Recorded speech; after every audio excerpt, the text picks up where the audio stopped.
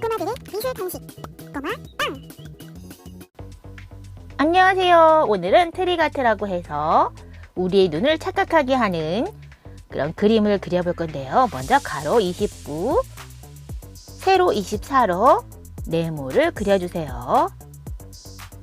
자, 이렇게 자는 굵기가 일정한 자로 그려주면 그 굵기만큼 선을 그려줄 거예요.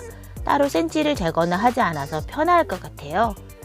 이렇게 양옆 위아래 똑같은 두께로 테두리의 선을 그려주세요. 자, 이렇게 사방의 테두리를 일정한 간격으로 선을 그려줄 건데요.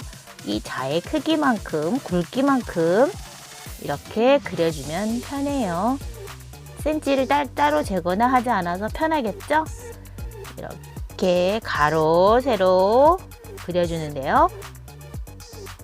위아래 이렇게 딱 맞게 간격이 일정하게 그려질 거예요.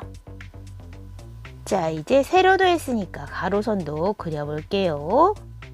가로선도 이렇게 테두리 선만 바둑판처럼 네모네모 일정한 간격으로 선을 그려주세요. 에고 에고 얼른 내려가라. 이렇게 꼭 제가 뭐 할 때만 이렇게 올라와요. 우리 고양이는요. 자, 그 다음에 바닥을 그려줄 건데요. 바닥은 저 밑에 아래에 보이는 거기 때문에 크게 그리지 마시고요. 이렇게 네모를 조금 작게 저 아래 보이는 바닥을 네모로 그려줄 거니까요. 자, 그 다음에 이번엔 벽을 그려줄 건데요. 벽은 이렇게 위에서 아래로 내려갈수록 선의 간격을 점점 더 좁게 그려주시면 선만으로도 이렇게 깊이감을 느낄 수 있겠죠? 자, 반대편도 이렇게 세로로 하기가 힘들다면 이렇게 돌려서 선을 그려주셔도 되겠죠? 마찬가지로 아래로 갈수록 점점 촘촘하게 좁게 그려주시면 됩니다. 자, 그 다음에 이 옆면에 벽돌을 그려줄 건데요. 이 가로, 모서리의 선을 쭉 이어서 아랫부분 정도의 소실점을 정하고요. 그 점을 중심으로 해서 벽돌을 그려줄 건데요. 한 칸씩 떼서 띄고 한 칸씩 띄고 선을 그려줄게요. 이런 식으로요. 또 그 다음에는 또 소실점을 맞춰주고 이번엔 또 위에서 한 칸 띄고 밑에 차례차례 한 칸씩 그려줄게요. 또 요만큼이 조금 더 그렸으면 좋겠죠? 여기도 한번 이렇게요. 자, 반대편 있는 나머지 한쪽도 소실점에 중심점을 기준으로 해서 벽돌을 그려주시면 돼요. 헷갈리지 않도록 이 부분만 조금 조심해 주시면 돼요. 여기도 이렇게. 자, 이제 다 됐어요. 이제 바닥면을 아주 작은 네모칸으로 그려줄 건데요. 먼저 여기 기존에 있던 네모칸을 반으로 나눈다 생각하시면 돼요. 가로선을 먼저 반으로 나눠주고,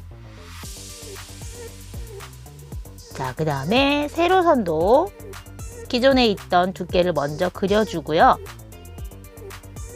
기존에 있던 두께의 선을 먼저 그려주고 그 선을 반으로 나눈다 생각하고 눈대중으로 이렇게 점을 찍어 놓은 다음에 이렇게 일일이 재서하기 너무 힘들잖아요.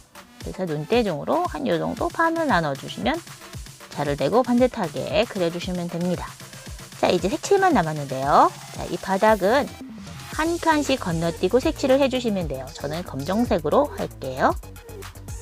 이렇게 해주시고 이번엔 테두리 있죠? 테두리도 선을 면으로 칠해줄 건데요. 이렇게 미리 헷갈리지 않도록 연필로 체크 표시를 하고 표시를 해둔 다음에 색칠을 하면 실수가 없겠죠? 자, 이렇게 테두리랑 바닥을 칠해줬고요.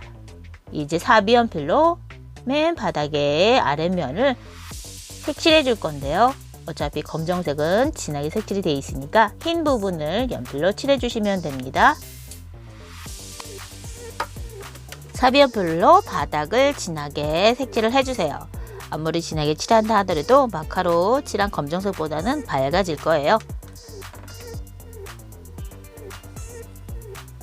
이렇게 흰색 면만 저는 색을 칠해 둘래요.